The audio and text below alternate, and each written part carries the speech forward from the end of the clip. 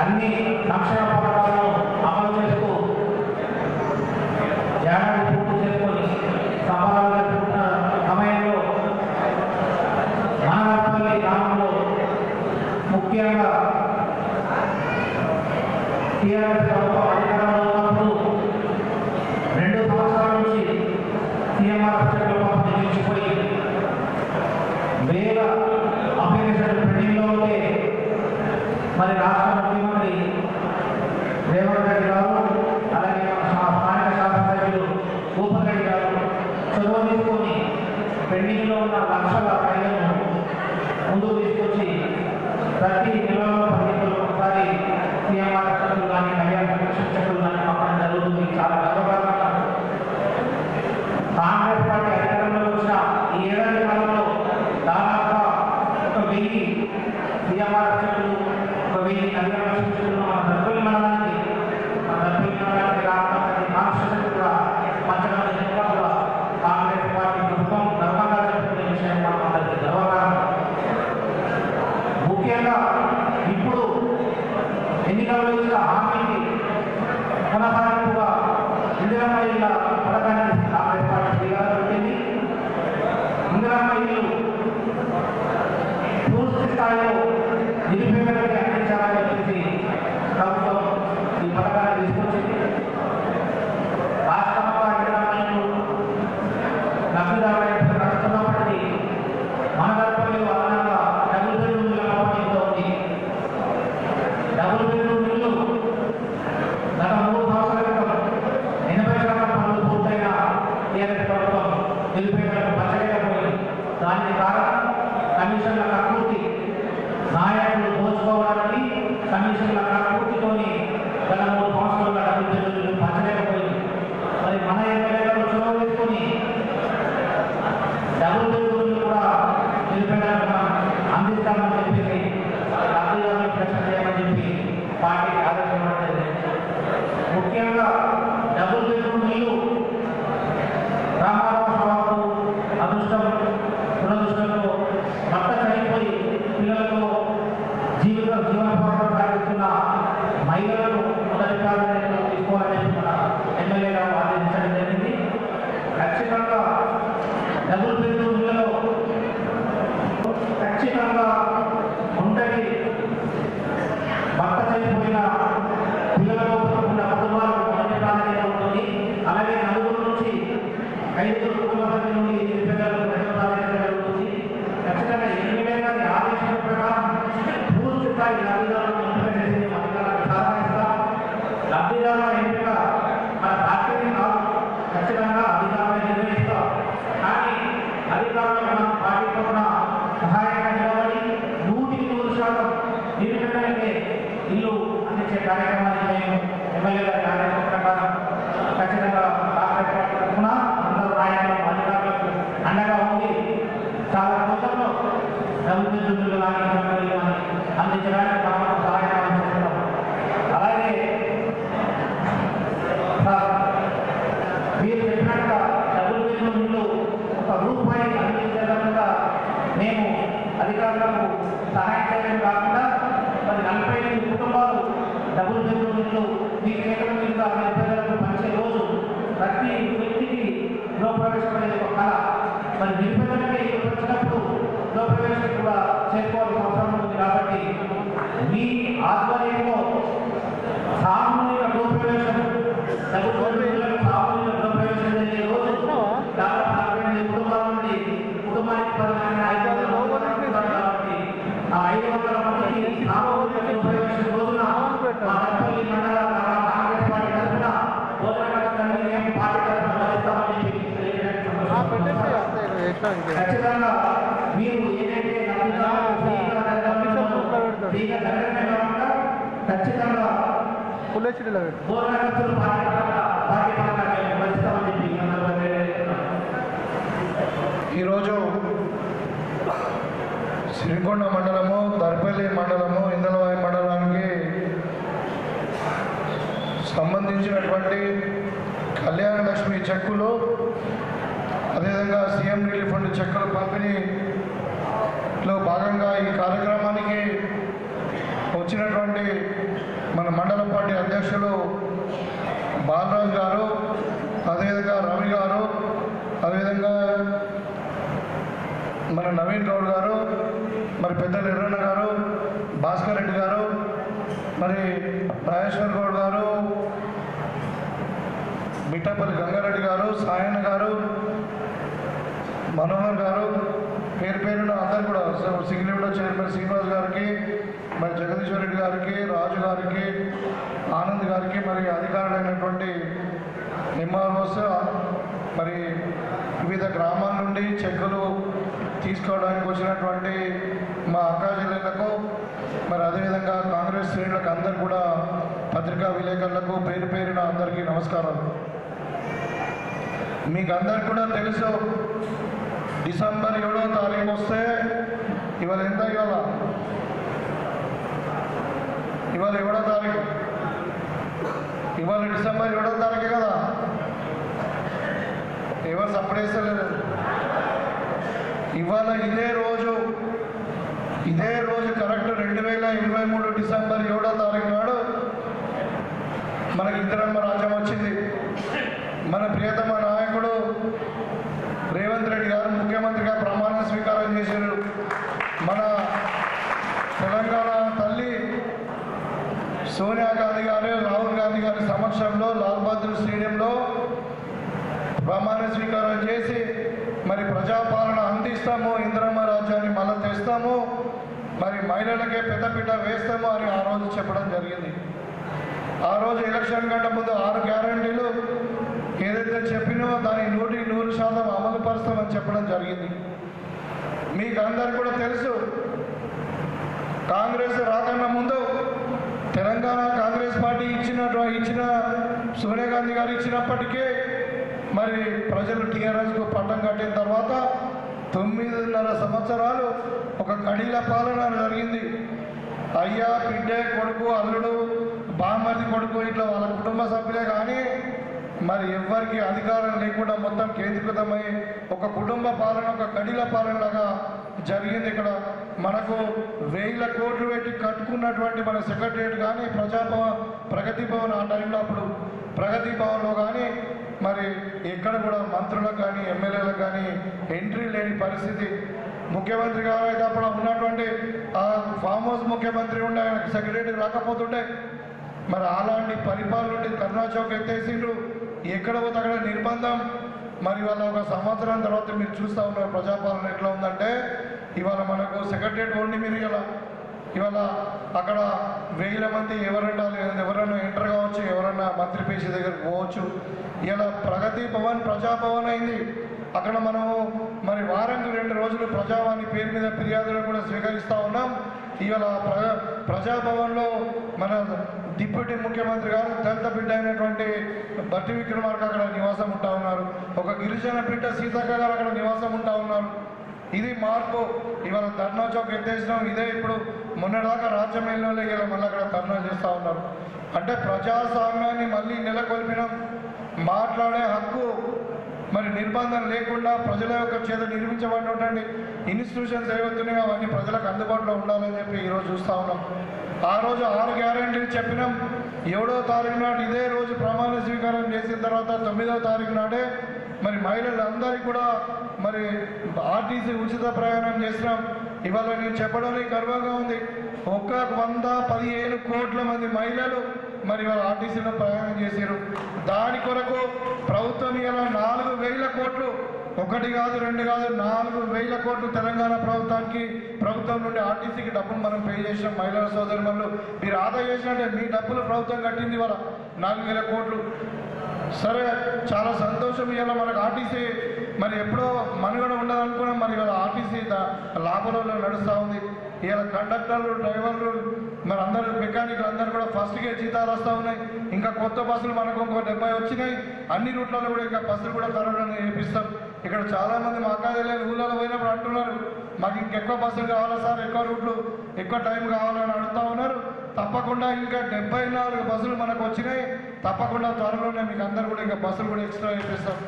ఎందుకంటే మీరు ఎక్కడ ఇవాళ టెంపుల్ టూరిజం కానీ, సమ్మక్క సారలక్క కానీ, భద్రాచలం టెంపుల్ కానీ, పాసర్ కానీ ఎక్కడ చూసినా మహిళలే, ఎక్కడ చూసినా దేవస్థానాలు ఎక్కపోతూ ఉన్నారు. ఎక్కడ చూసినా మన పిల్లలు చదువుకుంటూ హైదరాబాద్ పోతూ ఉన్నారు, షాపింగ్ పోతూ ఉన్నారు, పెళ్ళిళ్ళు పోతూ ఉన్నారు. ఇవాళ ఆర్టీసీ బస్సుకు డిమాండ్ పెరిగింది. ఎక్కడో ఇంతకుముందు ఆర్టీసీ బస్సు అంటే టైంకి రాదు, మరి టైంకి పోదని మాకేం అవసరం ఉంది, మేమే సైకిల్ మోటార్ మీద పోతాం, లేదంటే ఆటోలు ఎక్కిపోతాం అనేటోళ్ళు ఇలా ఆర్టీసీ బస్సు కావాలని అడుగుతున్నారు. అని అంటే ఆర్టీసీ యొక్క సర్వీసెస్ ఎంత బాగున్నాయో ఈరోజు మీరు గుర్తించుకోండి. అదేవిధంగా మరి ఆరోగ్యశ్రీ పథకాన్ని కూడా 10 లక్షలకు పెంచి మరి ఇవాళ అన్ని రోగాలను కూడా అక్కడ ఇంకా 150 రోగాలను పెంచి ఇలా పేదవారికి ఆరోగ్యశ్రీ పథకాన్ని అందిస్తూ ఉన్నాం మనం. అదేవిధంగా 200 యూనిట్లకే కరెంటు బిల్లు ఫ్రీ, 200 యూనిట్ల వరకు మరి 500కే సిలిండర్ ఇస్తూ ఉన్నాం. అది చేసుకుంటూ పోతూ మొన్న మీకు అందరు కూడా తెలిసి ఇక్కడ అందరు కూడా రైతు బిడ్డలు ఉన్నారు. మనము 22 లక్షల మంది రైతులకు 2 లక్షల రూపాయలు రుణమాఫీ చేసినాం. ఇంకా కొంతమంది రైతులు ఉన్నారు, ఇంకా పెద్ద రైతులు చాలామంది 2 లక్షల పైన ఉన్న వాళ్ళు, లేకుంటే కొన్ని ఏదో ఆధార్ కార్డు కానీ తప్పుపడ్డ వాళ్ళు కూడా ఉన్నారు. వాళ్ళందరూ కూడా రైతులు రుణమాఫీ చేసే బాధ్యత ప్రభుత్వానికి. ఇవాళ మనం బోనస్ ఇచ్చినాం. ఇవాళ పేదవాడికి సన్న బియ్యం ఇవ్వాలా, మరి వాళ్ళు దొడ్డు బియ్యం తింటలేరు. మనం రేషన్ ఇస్తే వాళ్ళు తెల్లారి అది ఎక్కడో రీసర్క్యులేట్ అవుతూ ఉంది, మరి ఇంకెక్కడో పోతుంది, వాళ్ళు తింటలేరు, దుర్వినియోగం అవుతుందని చెప్పి ఇవాళ ప్రతి పేదవానికి, ప్రతి విద్యార్థి, హాస్టల్లో ఉన్న విద్యార్థి కానీ మనం కానీ మరి ముఖ్యమంత్రి గారు ఏదైతే ఆహారం తింటారో మనం అందరం కూడా అదే ఫుడ్ తినాలని చెప్పి సన్న బియ్యం వేయడానికి ప్రభుత్వం నిర్ణయించిన తర్వాత ఇవాళ మన సన్న బియ్యానికి 500 రూపాయలు బోనస్ ఇస్తే ఒక్కొక్క రైతులు ఊళ్ళలో మనము దావతులు చేసుకుంటున్నారు. ఇలా వాళ్ళ రుణమాఫీ అయింది, బోనస్ పడ్డది, మరి కరెంటు ఫ్రీ అయింది, మరి ఫర్టిలైజరు, సీడ్ ఇవన్నీ కూడా మంచి నాణ్యమైన దొరకడం వల్ల ఇవాళ తెలంగాణలో 1,55,00,000 మెట్రిక్ టన్నుల ధాన్యాన్ని పండించడం. మన నిజామాబాద్ జిల్లాలో దగ్గర 12 లక్షల మెట్రిక్ టన్నులు పండించడం. మన నిజామాబాద్ రూరల్లో అత్యధిక 4 లక్షల పైన మెట్రిక్ టన్నులు మన నిజామాబాద్ రూరల్లో పండింది. ఇవాళ రైతు రాజు చేయడం అంటే ఇదే. ఇవాళ ఇంకా భవిష్యత్తులో మీకు అందరు కూడా ఇందిరమ్మ ఇల్లు రాబోతూ ఉన్నాయి. నిన్ననే ముఖ్యమంత్రి గారు ఇందిరమ్మ యాప్ ఒకటి పెట్టారు. దాని ద్వారా మీరు సెక్రటరీలను పట్టుకొని మరి మీ అందరూ కూడా అప్లికేషన్స్ పెట్టుకోండి.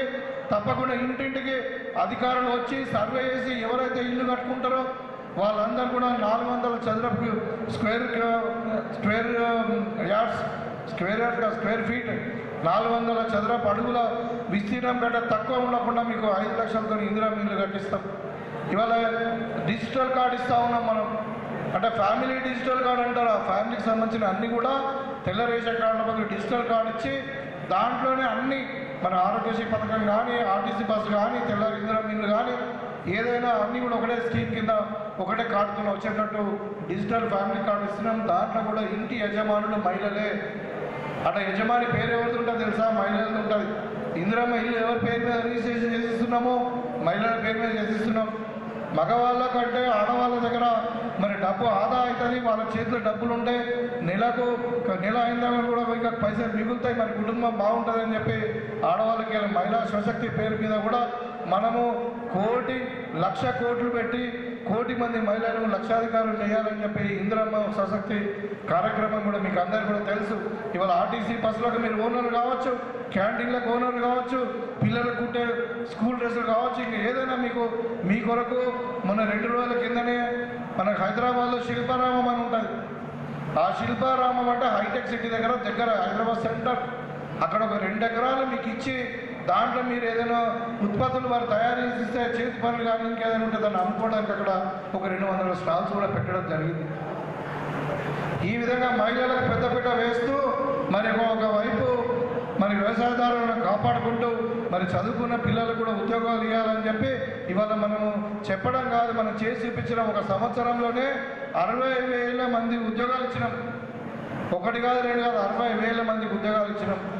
కాబట్టి ఇది కాంగ్రెస్ పార్టీ చెప్పింది చేసేది తప్పకుండా. ఇలా 6 గ్యారంటీలలో ఒక పెన్షన్ తప్పితే మిగతా అన్నీ కూడా అమలవుతూ ఉన్నాయి. పెన్షన్ కూడా మరి ఇవాళ మరి తప్పకుండా మనము ఈ వైట్ రేషన్ కార్డ్స్ ఈ ఫ్యామిలీ డిజిటల్ కార్డు ఇచ్చిన తర్వాత తప్పకుండా ఆ పెన్షన్ కూడా ఇచ్చే కార్యక్రమం ఉంటుంది.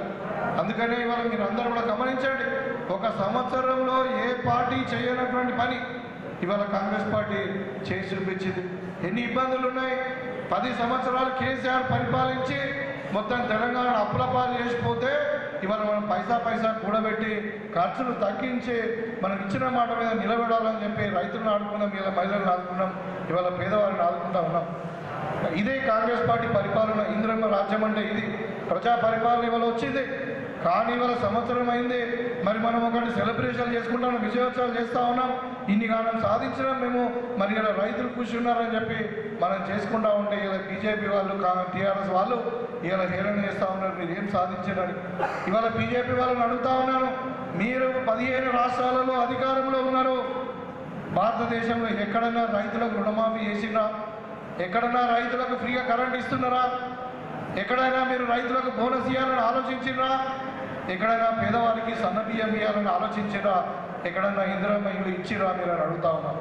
ఇవాళ మహిళలకు 100% 10 లక్షల రూపాయలు పెట్టి 0 వడ్డీతో రుణాలు ఇస్తా ఉన్నామే, మీరు ఎక్కడైనా ఇచ్చిరా బీజేపీ పాలిత రాష్ట్రాలలో.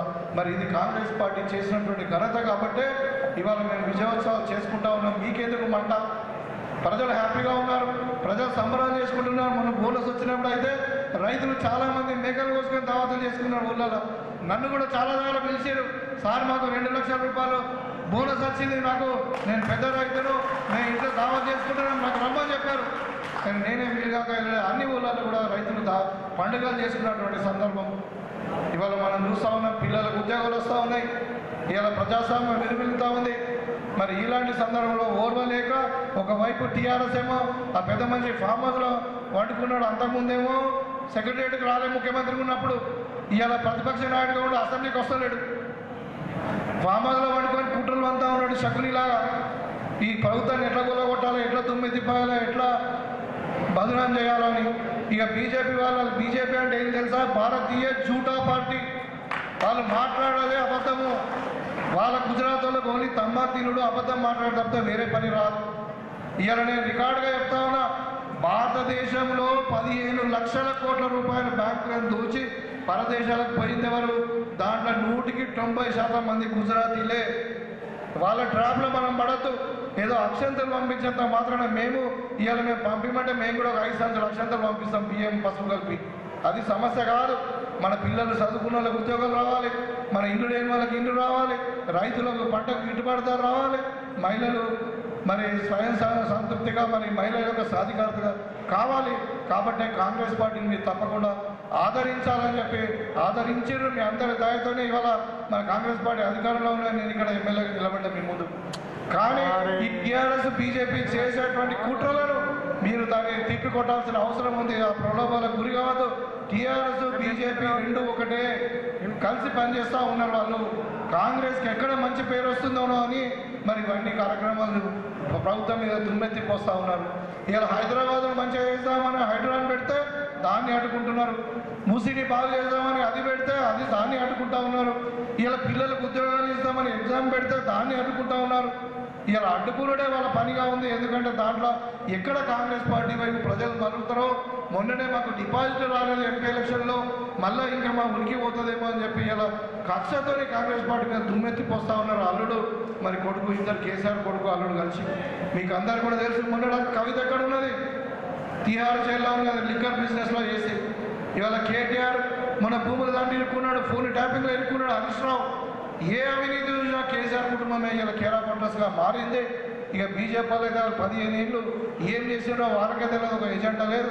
ఇలా పసుపు బోర్డు నుంచి మాట్లాడుతున్నాం మేము. ఇలా 5 ఏళ్ళు అయింది అరవింద్ పసుపు బోర్డు 15 రోజులు తెస్తాడు. ఎక్కడ పోయింది పసుపు బోర్డు? ఎక్కడ పోయింది రైతుల ఆదాయం దుక్కునా అన్నాడు?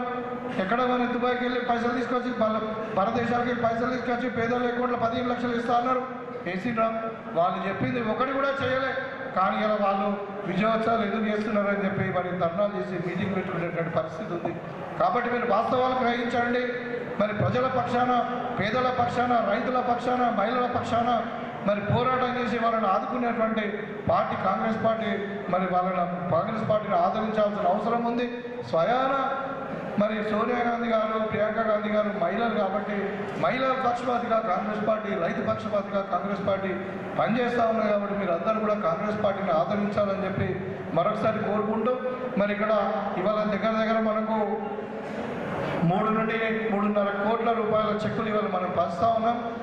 మన సీఎం రిలీఫ్ ఫండ్, ఇవి మన కళ్యాణ లక్ష్మి చెక్కులు కలిసి ఈ చెక్కులు వచ్చిన వాళ్ళందరికీ మీ ఆడబిడ్డలే కాబట్టి వాళ్ళందరూ కూడా మరి శుభాకాంక్షలు తెలియజేసుకుంటూ, ధన్యవాదాలు తెలియజేసుకుంటూ సెలవు తీసుకుంటా ఉన్నాం.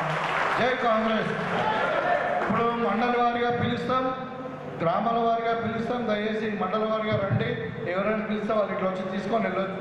అంతా కలిసి ఒక అర్ధగంటలు అయిపోతుంది. ఏం తొందర లేదు. దయచేసి ఓపికగా ఉండండి.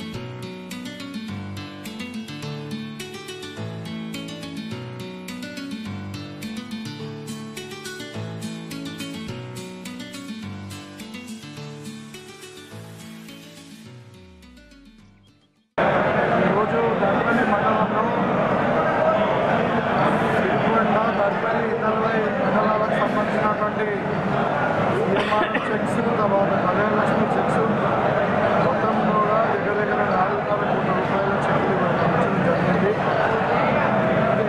ఈ సందర్భంగా డిసెంబర్ 7వ తారీఖు ఇవాళ ఈ రోజు వరకు కరెక్ట్ సంవత్సరం అయింది.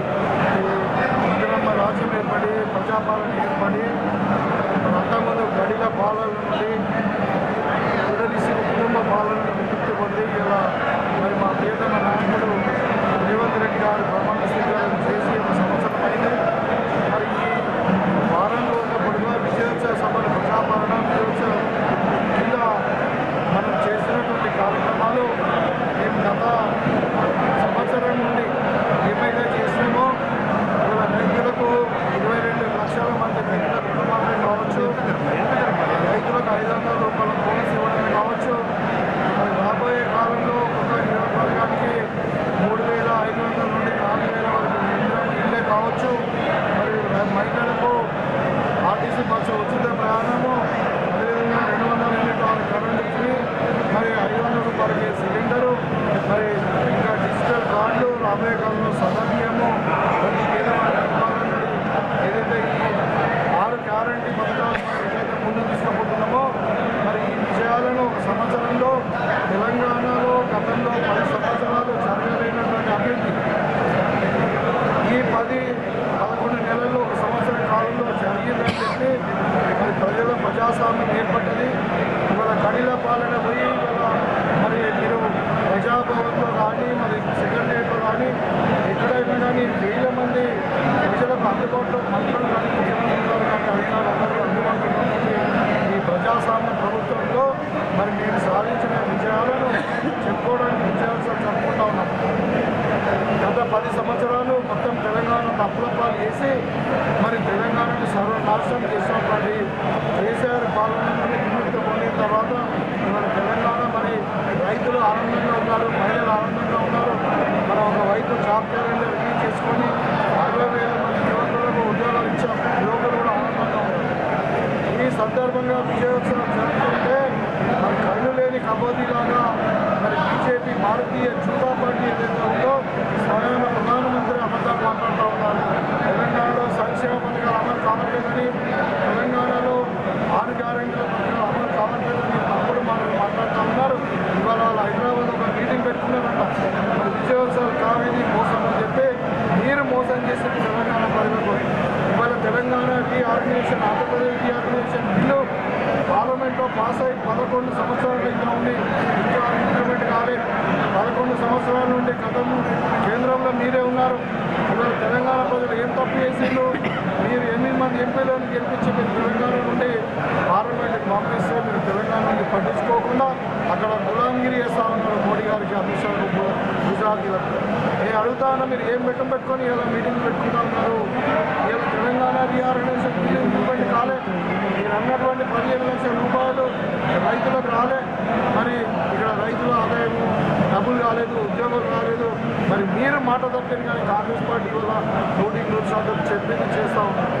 ఇంకొక వైపు టీఆర్ఎస్ 10 సంవత్సరాలు పరిపాలించి ఏం చేయలేని వాళ్ళు మరి అభివృద్ధిని చూసి మరి పథకాలు అమలు అవుతుంటే చూసి ఓర్వలేక ప్రభుత్వాన్ని పడగొట్టాలని చెప్పి కుట్రలు వండుతూ పిచ్చి కుక్కలాగా కొడతా ఉన్నారు, మామూలుగా సైకోల్లాగా మాట్లాడుతూ ఉన్నారు.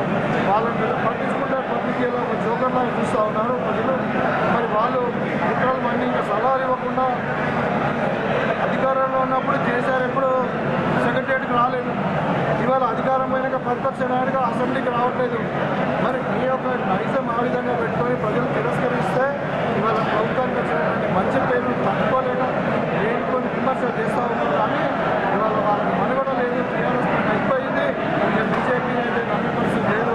మరి కాంగ్రెస్ పార్టీ విజయోత్సవం తప్పకుండా చేస్తాం. ఇవాళ 9వ తారీఖున ఎల్లుండి కూడా మరి తల్లి తెలంగాణ విగ్రహాన్ని సెక్రటరియట్ ఆవిష్కరించి 1,00,000 మంది మహిళలతో